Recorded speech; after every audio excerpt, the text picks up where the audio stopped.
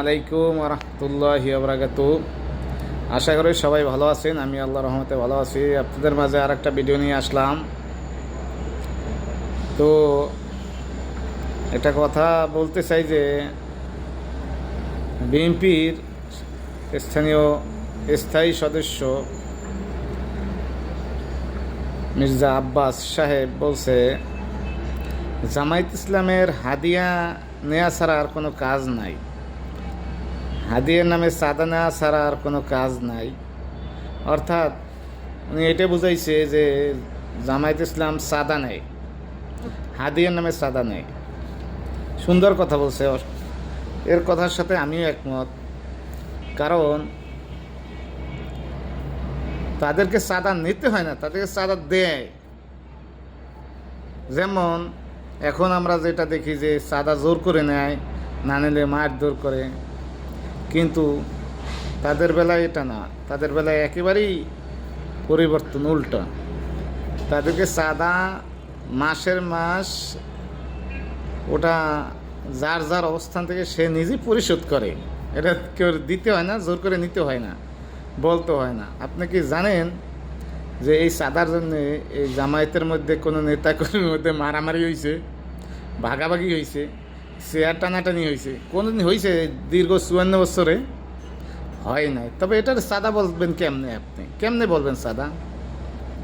আপনি কির সাথে কি মিলাইতে চাইতেছেন?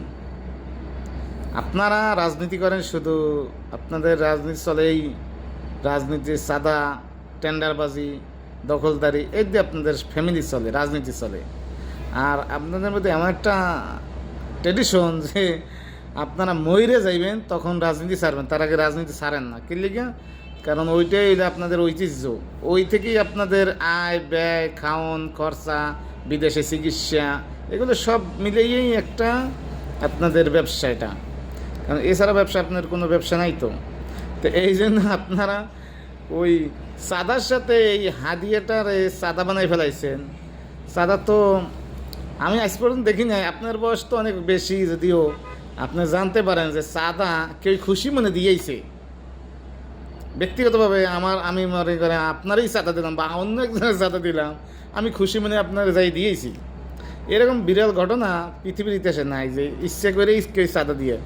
চাঁদা অর্থাৎ এটা জোর করেই নেয়, যেটা আপনাদের ফোলাফানি করে এখন যুবদল, ছাত্রদল, সন্ত্রাসী করে, এই যে মানুষ মারে পিটাইয়ে পাথর দিয়া।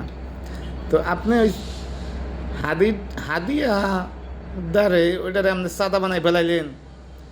এই জন্য মানে কথা কির জন্য কির জায়গায়, কোন জায়গার কথা কোন জায়গায় নিয়ে আসেন আপনাদের। আজকের ওই যে একটা আছে না, যে স্বার্থের জন্য যা কিছু হয় লগে নিতে রাজি আছেন, যে স্বার্থ ফুরাই যায় তখন আপনার ছুঁড়ে ফেলাই দেন টিস্যুর মতো।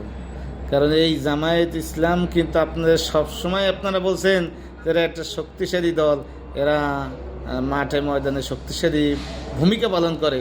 অথচ এই ছাত্র শিবির কিংবা জামায়াত ইসলাম কি এখন আপনাদের টিস্যুর মতো মনে হইতেছে। কারণ কি, যে আপনাদের এখন ওই যেই নাই, মামলার ঘোরা লাগে না, জেলখানার ঘেটে নাই, জেলে যাওয়া লাগে না।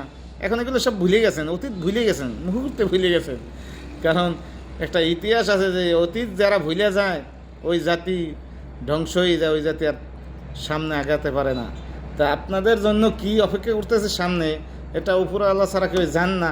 তবে আমরা কিছুটা বুঝি আর কি, মানুষ হিসাবে। বাংলাদেশের ইতিহাস এই 20-30 বছর তো 25 বছর দেখেছি যেটুক, সেতে মনে হইতেছে আপনাদের জন্য বড় কিছু অপেক্ষা করতেছে, যে তখন আর কাজ হবে না ইনশাআল্লাহ। কারণ ভালো মানুষকে আপনার চোর বলবেন আর আপনারা চুরি করবেন, এইগুলো ভালো মানুষের উপরে চাওয়াই দিবেন। এই জন্য আপনাদের এই চুরির দায় পড়বো ইনশাআল্লাহ। তা আপনারা ওই হাদিয়ার নামের ওটা চাঁদাবাজি বানাইন না। কারণ নিজেরা চাঁদাবাজি খান, চাঁদাবাজি করেন, কিন্তু এটা অন্যের উপর চাপানোর চেষ্টা করেন না। কারণ আপনারা এই চাঁদাবাজির জালেই ফাইসে যাইবেন।